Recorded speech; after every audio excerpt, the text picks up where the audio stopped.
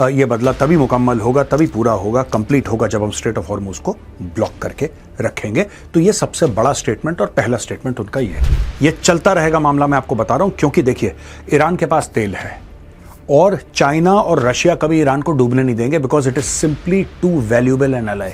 चाहे ईरान कमजोर हो या मजबूत हो, उससे कोई फर्क नहीं पड़ता। टेररिज्म आप फैला रहे हो, हुथियों को आप पाल रहे हो, हिजबुल्लाह हमास को आप पाल रहे हो, 1 दर्जन टेरर ग्रुप्स पूरे मिडिल ईस्ट में आप पाल रहे हो, आप फंड कर रहे हो, आप उनसे अटैक्स करवा रहे हो, फिर आप विक्टिम भी बन रहे हो।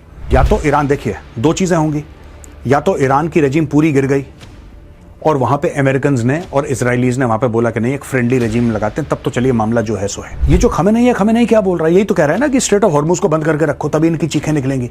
आज खमेनेई बोल रहा है स्ट्रेट ऑफ हॉर्मुज को बंद रखो, इनकी चीखें निकलेंगे, कोई और बोलेगा जो उसकी जगह आएगा।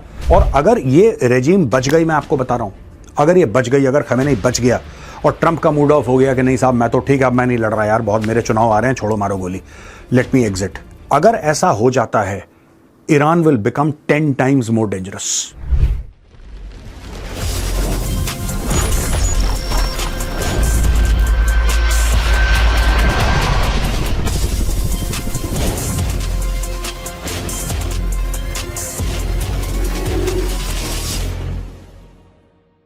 जय हिंद दोस्तों, मैं हूं मेजर गौरव आर्य और आप देख रहे हैं द चाणक्य डायलॉग्स।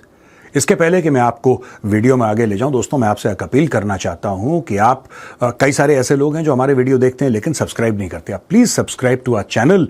हमारा व्यूअरशिप बेस बढ़ता है, हमारा खून बढ़ता है, साथ साथ में हमें और जोश आता है, हम ज्यादा रिसर्च करते हैं और ज्यादा मेहनत से आपके लिए वीडियोस बनाते हैं। तो please subscribe, click on that bell icon. अच्छा, अब दोस्तों बात यह हो रही है कि मुश्तबा खमेनेई, जो कि अली खमेनेई का बेटा है, आपको पता है 28 फरवरी को अली खमेनेई की मौत हो गई, इसको भी चोट लग गई थी जब वो बॉम्ब्स गिरे थे वहां पे जहां पे मीटिंग हो रही थी। ये भी वहां पे आसपास में था और इसके पैर में बड़ी गंभीर रूप से चोट। तो कई लोगों ने बोला साहब कोमा में चला गया, कुछ लोगों ने बोला ये भी मर गया है, ऐसी कई सारी चीजें इसके बारे में कही गई। लेकिन फिर ये आया और इसने अपने कुछ बयान दिए। उन बयानों के बाद मानो कि पूरे इलाके में दोबारा एक बार आग लग गई और इसने कुछ ऐसी बातें बोली हैं कि सबकी आंखें खुली की खुली रह गई हैं। चलिए मैं आपको पहले यह बताता हूं कि इन्होंने बयान क्या दिए हैं। A vow, threat and resolve. Supreme Leader Mujtaba Khamenei first message amid US-Iran war. In his first public message since taking over as Iran's Supreme Leader, Mujtaba Khamenei delivered a series of warnings and declarations. पहले तो उन्होंने ये बोला है कि Strait of Hormuz should remain closed. वो कह रहे हैं कि इससे प्रेशर बना रहेगा, स्ट्रेट ऑफ हॉर्मुज को बंद रहना चाहिए, ये नहीं खुलना चाहिए, एंड वी विल इंश्योर कि हम स्ट्रेट ऑफ हॉर्मुज को बंद रखें। और फिर बोला है कि जो शहीद हुए हैं उनका बदला लेना है और ये बदला तभी मुकम्मल होगा, तभी पूरा होगा, कंप्लीट होगा जब हम स्ट्रेट ऑफ हॉर्मुज को ब्लॉक करके रखेंगे। तो ये सबसे बड़ा स्टेटमेंट और पहला स्टेटमेंट उनका ये है। उसके अलावा closure of US bases, Khamenei warned that US military bases across the region should be closed, stating that they would be attacked. इन्होंने ये भी बोला है कि यार ये जो अमेरिकन बेसेस हैं किसके खिलाफ बनाए हैं? ये तो ईरान के खिलाफ बनाए हैं, क्योंकि वहां से और कहीं हमला हुआ हो ना हुआ हो, ईरान के ऊपर जरूर हुआ है और दूसरी बार हो गया है। अब दोस्तों आपको याद होगा कि जब ऑपरेशन मिडनाइट हैमर हुआ था तो इनके ऊपर हमला हुआ था और इन्हीं बेसिस का या फिर इसी एयर स्पेस का इस्तेमाल हुआ था। If not the bases then the air space. And for Iran it is रफली द सेम थिंग, यानी कि आपने अपनी जमीन दी या अपना हवाई मार्ग दिया ईरान के ऊपर हमला करने के लिए, लिहाजा आप सब लोग टारगेट्स हैं। तो उन्होंने बोला है कि जितने भी यूएस के बेसिस हैं मिडिल ईस्ट में, आप इनको बंद करो। वो जॉर्डन में हैं, सऊदी अरब में हैं, कतर में हैं, ओमान में हैं, यूएई में हैं, वो कहीं पर भी हैं। Shut down all US bases in the Middle East. If you don't do that there will be consequences, हम आपके ऊपर हमला करते रहेंगे। अच्छा, ये सिर्फ हमला दोस्तों, वो बेसिस जो है ना यूएस के, ये उनकी बात नहीं कर रहे हैं। ये कह रहे हैं कि एक देश है, माना कि सऊदी अरब, सऊदी अरब के अंदर अगर बेस है यूएस का, जो कि है, और वहां से अगर जहाज उड़ के ईरान के ऊपर आते हैं, लिहाजा पूरे सऊदी अरब को हम टारगेट मानेंगे। तो ये सिर्फ वो मिलिट्री बेसिस की बात या वो एयर बेसिस या नेवल बेसिस की बात नहीं कर रहे, वो पूरे मुल्क की बात कर रहे हैं। They are saying that then all of you are our enemies because you are abetting and aiding the United States of America in attacking Iran. ये इनका कहना है। तीसरा, ये कह रहे हैं कि Iran's military actions against Gulf Arab neighbors would persist. वो बीच में एक पेजेश्कियां का बयान आ गया था ना, आपको याद होगा कि नहीं हम सॉरी हैं, हम वो मिसकम्युनिकेशन हो गया, हमें आपके ऊपर हमला नहीं करना चाहिए था। वो बाद में उसने रिट्रैक्ट कर लिया, बोला कि नहीं ये तो गलत स्टेटमेंट है और मतलब हमने बोला कुछ, आपने समझा कुछ, इस तरीके से ईरान ने रफा दफा किया। जो सुप्रीम लीडर है मुश्तबा खमेनाई, उन्होंने ये बोला है कि आपके ऊपर हमला जारी रहेगा। ठीक है। Retaliation warning against enemies. The Iranian leader also issued a direct warning about retaliation against adversaries. Iran's top leader said, "We will obtain compensation from the enemy or we will destroy his assets to the same extent." जितना आपने हमारी बर्बादी करी है, या तो आप उसकी भरपाई करो, आप उसका पैसा दो। अगर आप उसका पैसा नहीं देते हो तो हम भी आपकी उतनी ही बर्बादी करेंगे जितनी आपने हमारी की है। ये इसका पॉइंट नंबर 4 है। और पॉइंट नंबर 5 ये है कि all US military bases in the region should be shut down, saying they would otherwise face attacks. वही बात है जो यहां पे कह रहे हैं, वो क्लोजर ऑफ यूएस बेसिस, वही point number 5, it is the same thing. दोस्तों, मैं 2 मिनट लेके जरा इस स्लाइड को एनालाइज करूं, फिर मैं नेक्स्ट स्लाइड पे आऊंगा। ये खतरनाक क्यों है? ये मामला जो है, जो पहले अंडर करंट थे शिया सुन्नी के, जो अंडर करंट थे शिया सुन्नी के, वो अब सामने आ जाएंगे। वो अब अंडर करंट नहीं रहेंगे, on the face of it सामने आ जाएंगे। और ये दरार और चौड़ी होने वाली है। कारण यह है कि अटैक करने वाला एक शिया स्टेट है, और जिन पे अटैक हो रहा है वो सारे के सारे सुन्नी स्टेट्स हैं। वो गैदर करेंगे, वो मिलेंगे, और फिर वो ईरान के साथ कैसे डील करना है। देखिए, मैं आपको एक बात बताता हूं, ये जो अटैक हुआ है ईरान के ऊपर, या तो डोनाल्ड ट्रंप अपना दिमाग सेंटर पे लाए और इस मसले को खत्म कर दे जड़ से। अगर वो बीच में डायलॉगबाजी करके, ट्रूथ सोशल पे पोस्ट डाल के और 3-3 एक दिन में प्रेस कॉन्फ्रेंसेस करके ये समझता है कि मैटर सॉल्व कर देगा, आई एम सॉरी, ये रिश्ता रहेगा घाव। ये जो इसने अभी करा है, ये पूरे इलाके के लिए, एंड अगर पूरे इलाके की बात कर रहा हूं, पूरी दुनिया के लिए ये चलता रहेगा मामला। मैं आपको बता रहा हूं, क्योंकि देखिए, ईरान के पास तेल है और चाइना और रशिया कभी ईरान को डूबने नहीं देंगे, because it is simply too valuable an ally.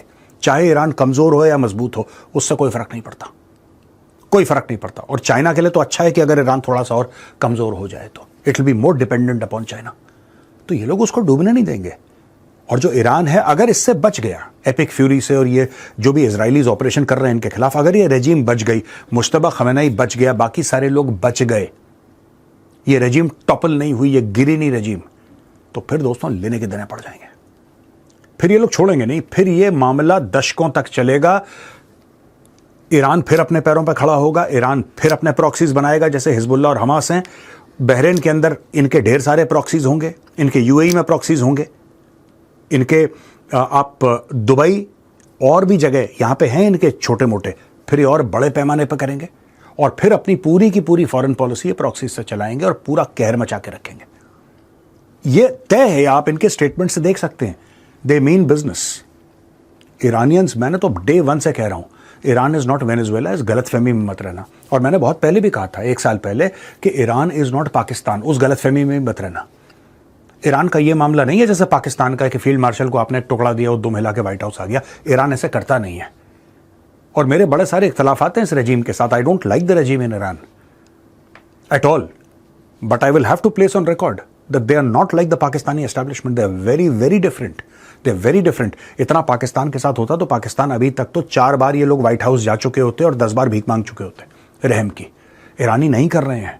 Iran की तरफ से कोई ऐसा फैक्शन नहीं है, कोई ऐसा बंदा नहीं है, कोई ऐसा मंत्री नहीं है, कोई ऐसा इंसान नहीं है at a certain level of power Iran में जो यूएस या इजराइल से कह रहा है कि हमें रहम दे दो, हमें रहम चाहिए, बंद करो लड़ाई। कोई नहीं कह रहा, नोबडी इज सेइंग इट। हाँ, लड़ाई बंद करने के लिए अपनी शर्तें रखी हैं, कोई ये नहीं कह रहा कि लड़ाई बंद कर दो। मैंने बहुत पहले से, मैं 1 साल से बोल रहा हूं, 1.5 साल से बोल रहा हूं, ईरान इज नॉट पाकिस्तान। इसमें जमीन आसमान का फर्क है दोनों देशों में। यहां पे ईरान के सुप्रीम लीडर ने, मुश्तबा खमेनाई जो हैं, उन्होंने गल्फ कंट्रीज को बोला है कि आप क्लैरिफाई करें stand on aggression against Iran. भाई, ईरान के ऊपर हमला हुआ है, मुश्तबा खमेनाई का यह कहना है कि ईरान के ऊपर हमला हुआ है, आप बताएं हमला सही हुआ है गलत हुआ है।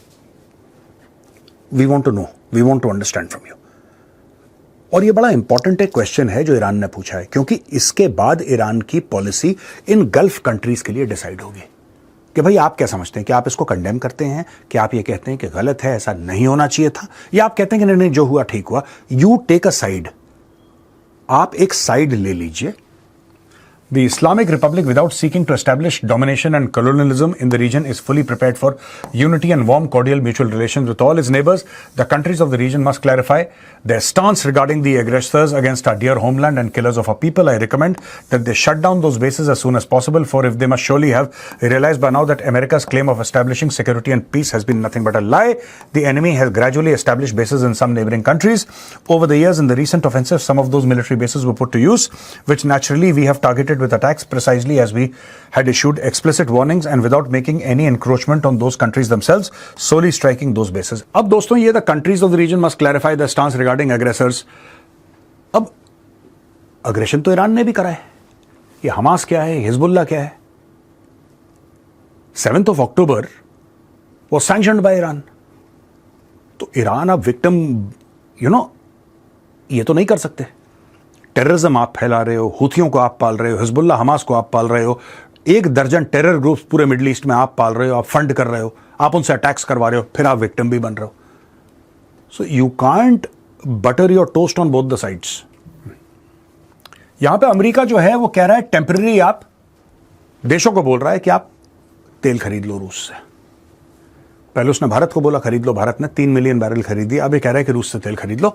US Treasury Department Secretary Scott Bessent said it was temporary measure to promote stability of global energy markets during the war. The authorization will last until 11th of April. This narrowly tailored short-term measure applies only to oil already in transit and will not provide significant financial benefit to the Russian government. Oil prices climbed back above $100 a barrel on Thursday. आज यही लोग ये कह रहे हैं, Scott Bessent कितनी बार इसने भारत के खिलाफ बयान दिया. ठीक है, आज की तारीख में रशिया यूक्रेन की लड़ाई के बारे में बात ही नहीं कर रहा. आज की तारीख में यह कह रहा है कि आप एक काम करो, आप 11 अप्रैल तक तेल खरीद लो. पूरी दुनिया को कह रहा है, लेकिन उस तेल के बारे में बात कर रहा है जो इन ट्रांजिट है. उस तेल के बारे में बात कर रहा है. यह नहीं कह रहा कि रूस से तुम नया तेल निकालो जमीन से वो बेचो. नहीं, जो इन ट्रांजिट है, जो समुद्रों में है, उसको तुम खरीद लो. अब ये तो पूरा स्टेटमेंट ही फ्रॉड है दोस्तों. और ये इसलिए स्टेटमेंट फ्रॉड है क्योंकि ये जो है ना $100 अ बैरल ऑन थर्सडे, ये जो चढ़ गया है तेल, यानी कि कल की कीमतें $100 से ऊपर थी, ये अभी 125 पहुंचेगा तब इनकी चीखें निकलेंगी. और जिस दिन ये 150 पहुंच गया, ये मैं लिख रहा हूं आपको यहां पे, आप देख लेना, 150 पहुंच गया and north of 150, Donald Trump Putin को फोन करेगा. मैं आपको आज बता रहा हूं, आप सेव कर लेना है वीडियो. डोनाल्ड ट्रंप पुतिन को फोन करेगा, बोलेगा भाई तू और तेल निकाल जमीन से, हमें तो तेल की जरूरत है. आप समझ लेना ये बात, ये होने वाला है. ये सिर्फ शुरुआत में पहले भारत को बोला, टेस्ट केस, फिर अब पूरी दुनिया को बोल दिया 48 घंटे के अंदर. विद इन 48 आवर्स पूरी दुनिया को अनाउंस कर दिया कि भाई तुम भी सब लोग तेल खरीदो. लेकिन वही तेल खरीदना, वही तेल मतलब क्या है?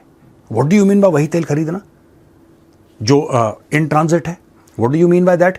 क्या आपका यह कहना है कि ये वाले तेल के जो पैसे रूस को जाएंगे, वहां पे यूक्रेन में लड़ाई में वो काम नहीं आएंगे, वो मदद नहीं होगी उससे? Is this money not funding the killing of Ukrainians? इन्होंने यही लेक्चर तो दिया था इंडियंस को. भारत को क्या लेक्चर दिया था कि आप रूस से तेल खरीद रहे हैं. जब आप रूस को पैसे देते हैं, रूस उसी पैसे को लेके हथियार बनाता है, हथियार खरीदता है, उस हथियार से वो मासूम यूक्रेनियंस को मारता है. अब नहीं मर रहे यूक्रेनियंस. अब यूक्रेनियंस एकदम सेफ हैं क्योंकि ये यूनाइटेड स्टेट्स ऑफ अमेरिका को सूट कर रहा है. और ज़ेलेंस्की भी कुछ नहीं बोल रहा. भाई वो ज़ेलेंस्की जो भारत को ज्ञान देता था, उसको बोलना चाहिए ना कि भाई तुम क्यों रूस से तेल खरीद रहे हो यार, वो तो यूक्रेनियंस को मार रहा है. ज़ेलेंस्की चुप है क्योंकि डोनाल्ड ट्रंप ने उसको फोन कर दिया कि मुंह बंद रखना अपना, खोल मत देना मुंह. अगर तूने मुंह खोल दिया बेटा, जो मिल रहा है वो भी मैं बंद कर दूंगा. ये 125-150 पार करेगा. ये अपने आप भीख मांगेंगे रशियन से कि तेल का प्रोडक्शन बढ़ाओ, तेल का प्रोडक्शन बढ़ाओ. ये कनेडियन से बोलेंगे तेल का प्रोडक्शन बढ़ाओ. ये जो लॉन्ग टर्म बेसिस पे इन लोगों ने रिलायंस के साथ साइन करी है ना, $300 अरब का इन्वेस्टमेंट. भाई एक बात बताइए, मैं आपसे पूछता हूं, यूनाइटेड स्टेट्स ऑफ अमेरिका दुनिया का सुपर पावर है, उसके पास तेल के कुएं हैं. क्या उसके पास ये टेक्नोलॉजी नहीं है? उसके पास ये कंपनीज नहीं है जो तेल निकाल लें? उसको रिलायंस की क्या जरूरत है? उसको रिलायंस की जरूरत क्या है? मुझे आज तक ये बात समझ में नहीं आई. Why does it need Reliance? Investment करेगा, अमेरिका में पैसे आएंगे, इन्वेस्टमेंट करेगा. क्या इन्वेस्टमेंट करेगा? रिफाइनरी लगाएगा वहां पे. यही तो करेगा, रिफाइनरी लगाएगा रिलायंस. मुकेश अंबानी ने रिफाइनरी लगानी है टेक्सास में, ओ भाई, मुकेश अंबानी ने रिफाइनरी लगा, तो मुकेश अंबानी का वेट कर रहे थे। तुम्हारी तो बड़ी बड़ी कंपनीज हैं यार, एक्सॉन मोबिल है तुम्हारी, शेवरॉन है, कितनी बड़ी बड़ी अमेरिकन कंपनीज हैं या वेस्टर्न कंपनीज हैं, वेस्ट में हैं, यूरोप में, अमेरिका में फैली हैं, पूरे गल्फ में फैली हैं, दुनिया भर में तेल निकाल रहे हैं। ये अमेरिका से क्यों नहीं निकाल सकते? Why do you need Mukesh Ambani? क्या हो गया? अब दोस्तों ये बड़ा इंपॉर्टेंट एक स्लाइड है, मैं चाहता हूं कि आप बहुत ध्यान से स्लाइड को देखें। ये रॉयटर्स से हमने लिया है। Indian sources say Iran to allow India flag tankers through Hormuz as first tanker arrives. Iran will allow Indian flag tankers to transit the Strait of Hormuz, a conduit for 40% of the South Asian nation's crude imports, an Indian government source said on Thursday. India, the world's number 3 oil consumer, said on Thursday the foreign ministries of the two countries have had 3 conversations in the recent days, and the latest one this week focused on issues pertaining to the safety of shipping and India's energy security. On Thursday, the Suezmax tanker Shenlong carrying Saudi crude arrived at a port in Mumbai after transiting the strait. The Indian source said 2 other foreign flag tankers believed to be bound for India had recently transited the strait, and Iran had given assurance of safe passage for Indian flagged vessels. दोस्तों इस चीज का आप ध्यान रखिएगा, ये यहां से, ये कतर है, ठीक है ना, ये यहां पे, दिस इज कतर, राइट, ये ऊपर ये बहरीन, यहां से आ रहा है शिप सऊदी अरब से, और पूरा ना ये this is like Saudi Arabia, पूरे इस इलाके से ये आ रहा है, और ये मुंबई है, यहाँ पे ये मुंबई है, just to tell you this area is Mumbai, right. हमें नहीं पता ये लड़ाई कब तक चलेगी। India should prepare for a scenario. मैं आपको बता रहा हूं, Saudi Arab very stable, Yemen, ये देखिए साहब, ये पूरा ये हूथियों का इलाका है, ठीक है ना, ये वाला ये हूथियों का इलाका है। तो यहां से जो भी चीज आएगी, अब हूथी उसे भी रोकने की कोशिश करेंगे। ये जिबूटी है दोस्तों, और यहां पे यूएस का एक और बेस है, ये जिबूटी है। जिबूटी में 5-6 बड़े बड़े बेसेस हैं, चाइना का भी बेस है, यूके का भी बेस है, दुनिया भर के बेसेस हैं जिबूटी में। यहाँ पे जिबूटी पैसा ही इससे कमाता है, बेसिस से। ये देखिए साहब, यहां से तो ये पूरा लाल वाला इलाका है, हूथियों का इलाका है। ये एक जगह है यहां पे सना में ऐसी पकड़ है हूथियों की, ठीक है, and Houthis are under control the Iranians. अब एक तो ये तेल यहां से आ रहा है दोस्तों, ये भारत आ रहा है तेल, ये आपने डॉट देख लिए। मुझे ऐसा लगता है कि लॉन्ग टर्म अगर मामला ईरान में अनसेटल रहता है, अगर मामला अनसेटल रहता है, तो भारत पैसा इन्वेस्ट करे, सऊदी अरब से बात करे, कतर से बात करे। और दोस्तों यहां ये कतर है, ये बहरीन है, ये कुवैत है, ये आपको यहां से जाने की जरूरत ही नहीं है, ठीक है। आप, ये फोर्ट ऑफ दुकम है, यहां पे ये ओमान का पोर्ट है, यहां पे भी अटैक हुआ था, लेकिन ये अब सेफ है, पोर्ट ऑफ दुकम।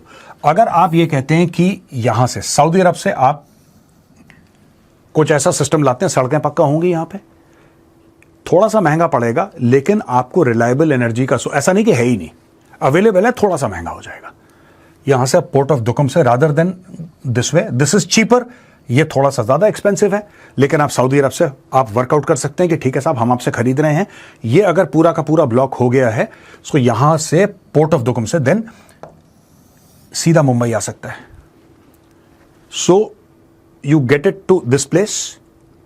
और जितनी भी रिफाइनरीज हैं, जैसे सऊदी अरब की रिफाइनरी है या कहीं और की रिफाइनरी है, ये बिल्कुल समुद्र पे थोड़ा ना है रिफाइनरी, कई रिफाइनरी तो अंदर है, तेल तो वैसे भी जाता है। तो अगर रिफाइनरी से तेल आ सकता है, जैसे ये रियाद है, आप इसको देख लीजिए दोस्तों, ये रियाद है, ये कैपिटल ऑफ सऊदी अरेबिया है, ठीक है ना।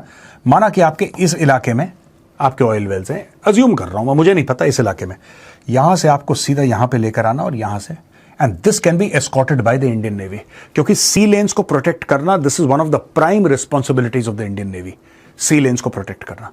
और मुझे ऐसा लगता है कि आपको कहीं ना कहीं ये निकालना पड़ेगा वाया मीडिया, ये सीख के कि व्हाट इज दी, इसकी काट क्या है यार।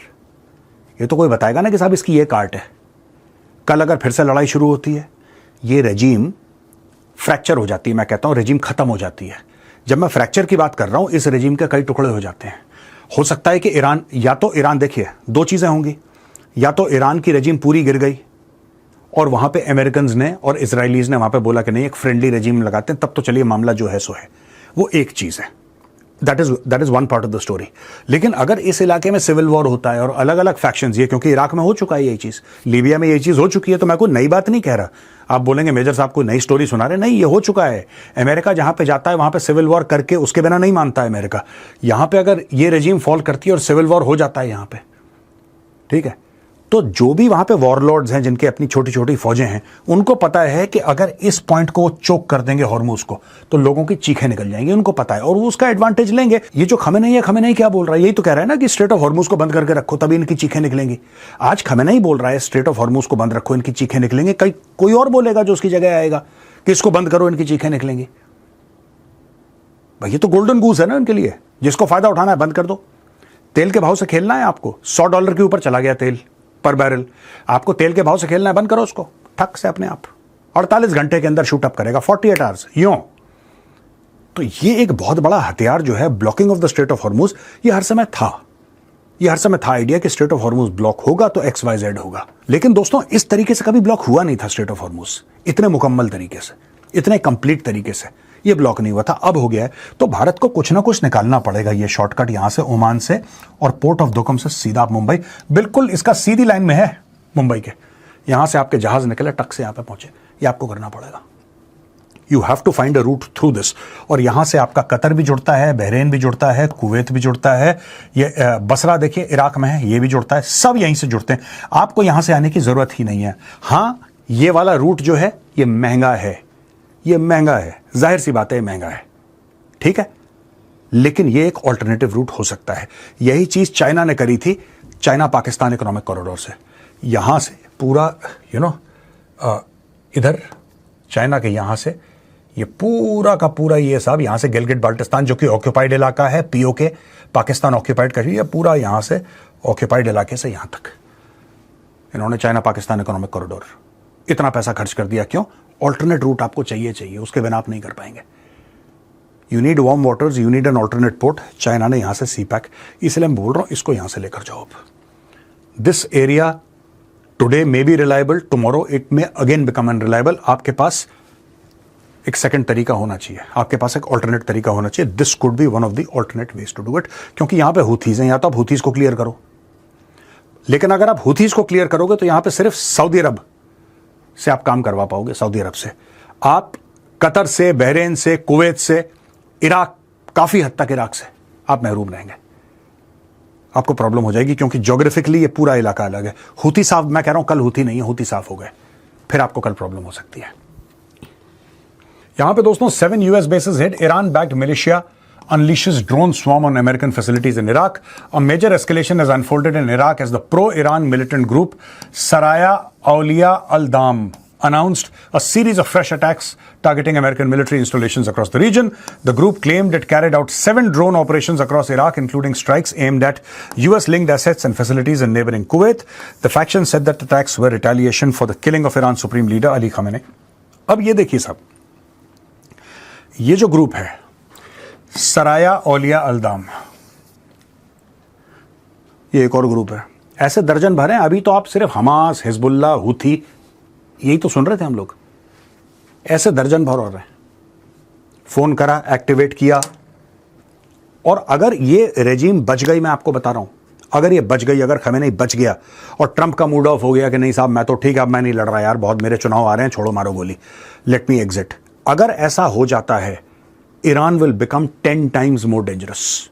और ऐसी रेजिम्स, ये देखिए सराया औलिया अल्दाम, इस टाइप की तंजीमें, हमास, हिजबुल्ला, हुथीस, ये इनकी फंडिंग बढ़ जाएगी, they will become more dangerous. इसलिए मैं कह रहा हूं, अगर आपने कोई काम शुरू किया, ये मैं ट्रंप को कह रहा हूं, अगर भाई आपने काम शुरू किया, आप काम खत्म करो, वरना पढ़ते ही ना इसमें। अगर पढ़ गए हो, whether you want boots on the ground, if that's your idea, it's going to be a long grind, it's going to be a hard grind, और इसमें कोई डाउट नहीं है कि you will have to see a lot of blood if you put boots on the ground.